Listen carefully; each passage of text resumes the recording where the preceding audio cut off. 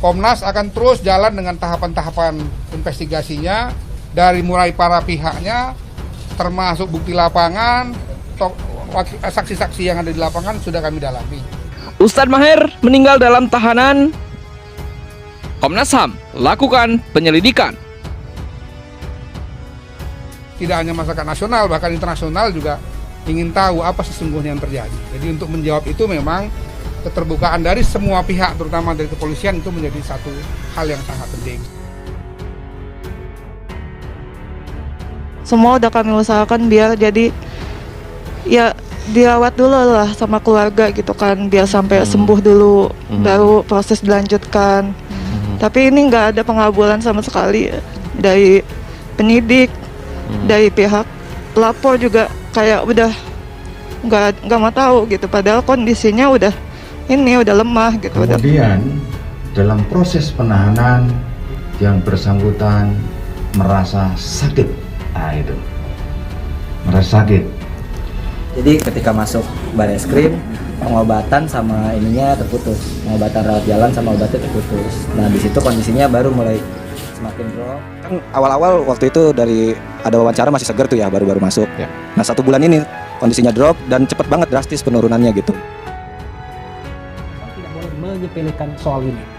Harusnya juga Presiden Republik Indonesia juga tidak boleh menyepelekan kasus ini.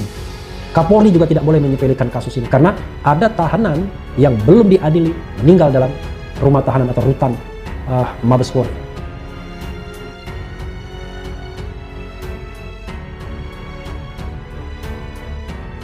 Apakah kita yakin itu dengan pernyataan Komnas HAM ini? Yang pertama, untuk kasus 6 nyawa Laskar FPI saja Komnas HAM tidak bertaji gitu.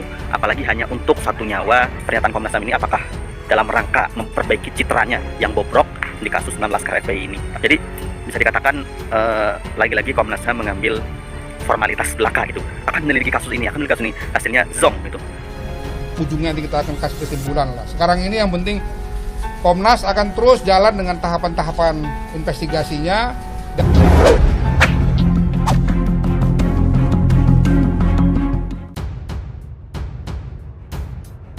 Ustadz Maher meninggal dalam tahanan. Komnas HAM lakukan penyelidikan. Komnas HAM akan melakukan penyelidikan untuk mencari tahu tentang meninggalnya Ustadz Maher At-Thwalibi yang terjadi pada Senin 8 Februari 2021 malam di rutan Bareskrim Polri Jakarta. Komisioner Komnas HAM Khairul Anam menyebutkan bahwa pihaknya sedang mengumpulkan keterangan berbagai pihak dalam kasus ini. Ya, kami melakukan pemantauan kasus ini dengan meminta keterangan, kata Anam.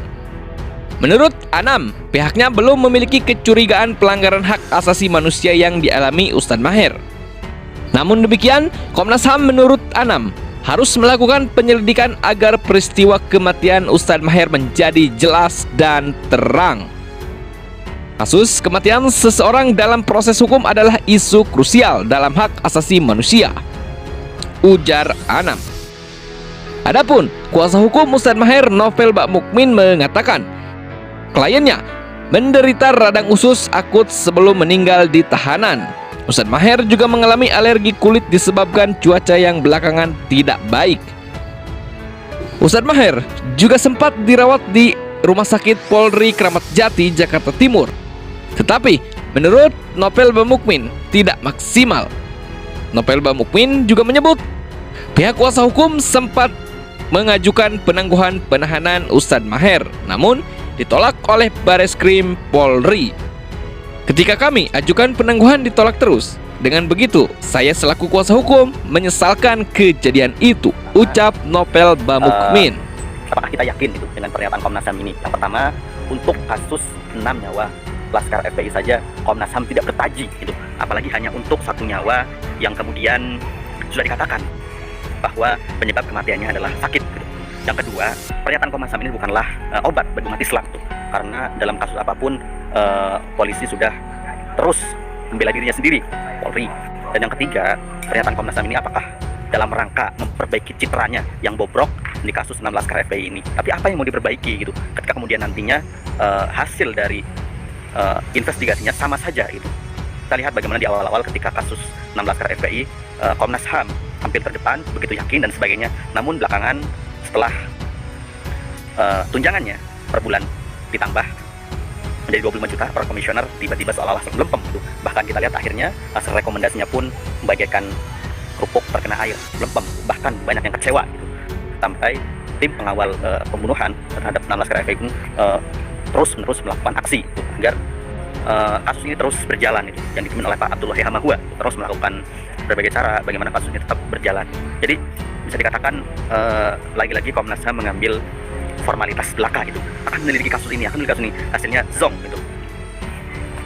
Dan ini juga menandakan bahwa selama kasusnya menimpa umat Islam, Komnas HAM tidak akan benar-benar gitu serius itu. Sudah terbukti di kasus 6 Laskar FPI dan banyak kasus lainnya. Berbeda halnya kemarin ketika terjadi kasus di mana salah satu sekolah di Padang, yaitu SMK Negeri 2 Padang, menjalankan peraturan daerah yang sudah berjalan 15 tahun, di mana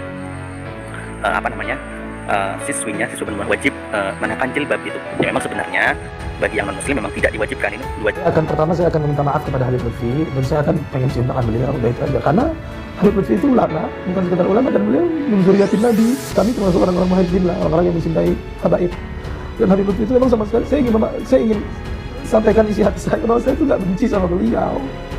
Saya itu nggak membenci beliau dan nggak punya masalah sama beliau, dan saya mencintai beliau. Cuman balasan komentar saya itu disalahpahami oleh banyak orang, kemudian digiring kepada opini lain dalam tanda kutip bahwa saya menghina Habib Lutfi, itu aja.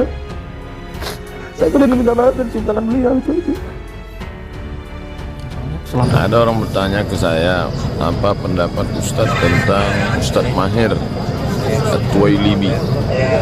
Jadi Ustadz Mahir saya lihat bacaannya banyak, nulisnya tajam, dan peduli dia dengan kita, peduli dengan keadaan. Tapi orangnya kasar Pak Ustadz, ada juga yang bilang begitu. Ya, orang Medan memang gitu gayanya. Orang Medan itu sama macam makanannya, begitu sebelum masuk, begitu juga setelah keluar, begitu di luar, begitu juga di dalam, macam daun ubi tumbuh. Jadi sebetulnya bunyinya aja begitu, tapi hatinya baik. Saya tahu, saya sekolah di Medan dulu. Mudah-mudahan dipanjangkan Allah umurnya, sehatkan Allah badannya, anaknya dijadikan Allah penghafal Al-Quran, mujahid fisabilillah, dan yang paling penting istiqomah, mati dalam keadaan husnul khatimah. Sallallahu alaihi wasallam Muhammad wa ala alihi wasallam. Assalamualaikum warahmatullahi wabarakatuh.